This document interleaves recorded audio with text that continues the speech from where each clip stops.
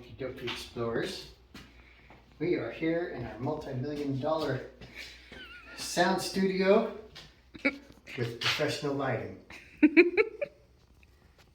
We are going to be going over some alternative lighting principles for Okie dokie explorers. About 1860, we started arguing about how to measure light. There's a specific formula on how to measure light. I'm not going to get into all the details. They argued about it from about 1860 to about 1950. We have settled on one candle power of a spermaceti candle. I'll let you figure out where spermaceti candles came from. It has it in the name. It came from Wales. Anyways, we have here a configuration of multiple candle lanterns, and I enjoy candle lanterns because candle lanterns will provide a set amount of light to a situation regardless of batteries or anything else. So we have 3 different candle lanterns from UCO. UCO is a company that's been around, I believe, since 1972. And if you get a close-up on that with one candle power, that is the brand name. I have all 3 lantern sizes that they have available. We have the large 3 lantern set.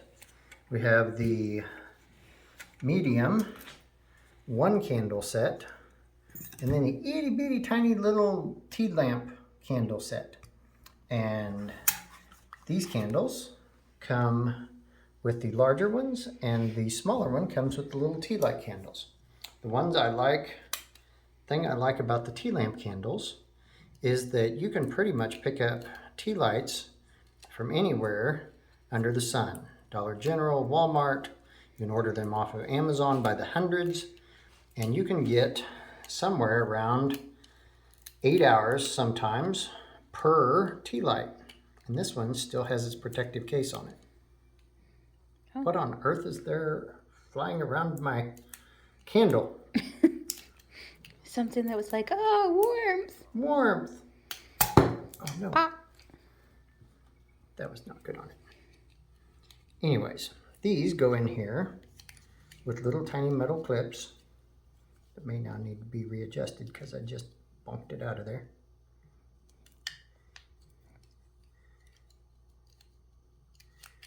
And they have all of the benefits and all of the drawbacks of your normal tea light candles.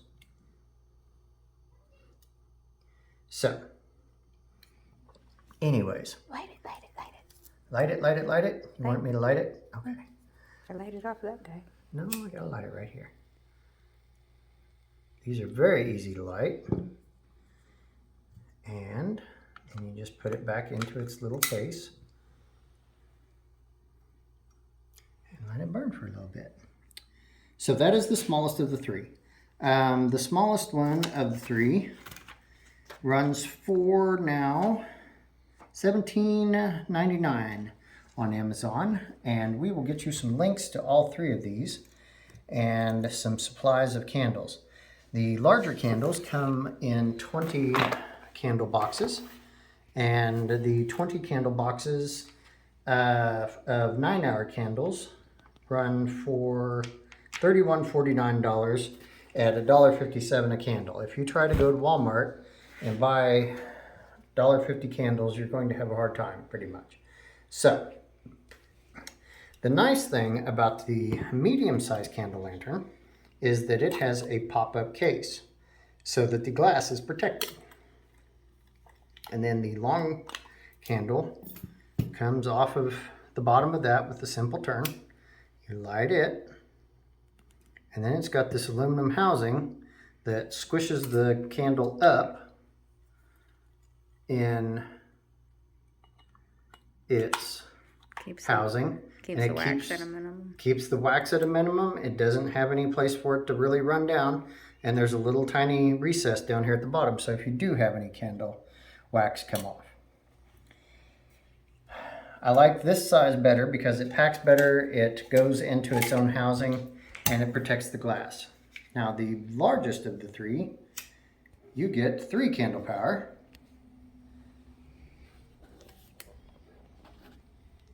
And you can see how much more light the 3 candles put out than just the single one.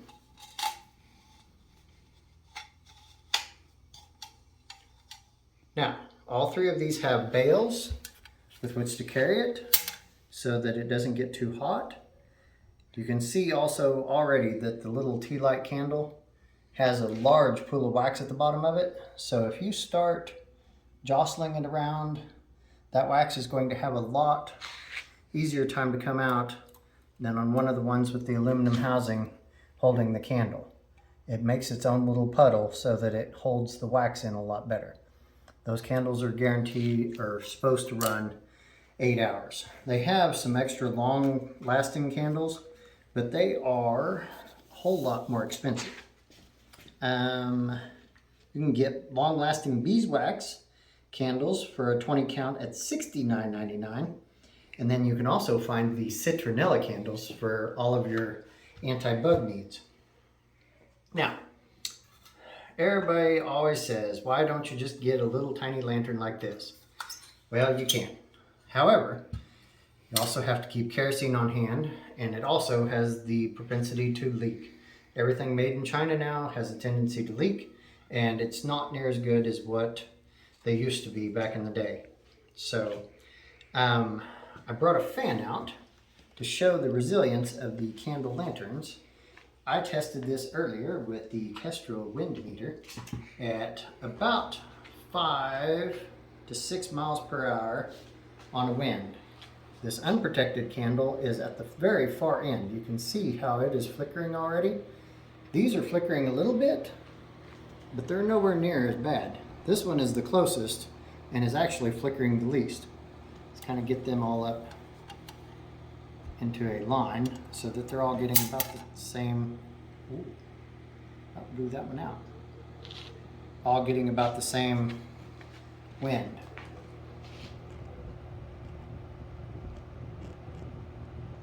The medium-sized candle lantern is running for $24.99. If you get it in the safety yellow or the kind of brighter colors, the standard green. Oh, Oops. Then Catherine just blew out the big candle. I was trying to move it. You moved it in front of the fan. I did. Now, as you can see, the fan blew a regular candle out. If you were going to be outside anywhere in Oklahoma, you're going to have at least 10, 15 mile an hour winds. You want to move this back? Yeah, move them back Okay. a little bit. So I think they're in a way getting a little more wind. Oh, are they? Okay. Do we need to get the wind meter out and verify? Yeah. Yeah. That's alright. Okay. I'm kind of happy how this little tiny one is shielding the wind. It's doing fantastic. It is doing fantastic. Now, also with candles, you get heat. That is something else that all of the battery lanterns that you're not going to get. So if you need light and heat at the same time, lighting a candle is double purpose. You can light and heat your room. Are they as safe as a regular LED lantern? Obviously not. You have to worry about them falling over. You have to worry about them getting touched by children. You have to do all of the things that you do with an open flame. There is a fly in here. Crazy.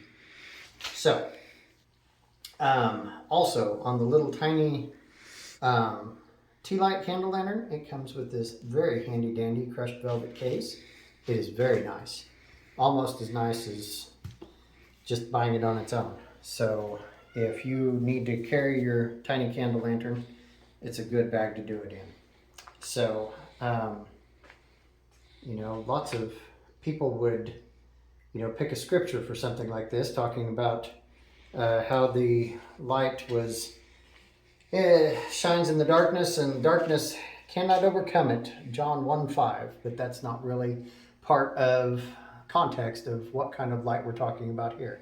That light is actually talking about the Jesus and how the darkness and evil of the world can't overcome it. But we do talk about in Mark 4:21 that Jesus said a lamp brought in to be put under a bushel or in a bag under a bed, but no, it's put onto a stand. So we put them out where they provide light for everybody, and part of our job is to bring light to the world via Christ and preparedness like this. And just wanted to bring this to you to show you how cool some of these things are, and that they can be useful in your preps or in your overlanding and camping gear.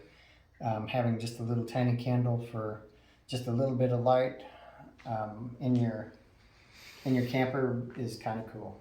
So, Catherine, my faithful assistant, would you like to add anything? They're very nice aesthetic. They're very nice aesthetic also. They are. There's something that the natural candle lantern can provide that nothing else can provide. Right. If you're needing a little bit of candlelight but don't want to have a waxy mess to clean up, this is a good way to do it. Or a truly open flame, because Right. you can have, I can touch the outside of this without a baby burning herself. Right. So it actually protects it to where somebody's not going to get burned. Right. So signing off, okie dokie explorers. Make sure you get out there and just go. Whether you're doing it by candlelight, lantern light, or big giant high-powered, high-pressured lights on the front of your overlanding rig.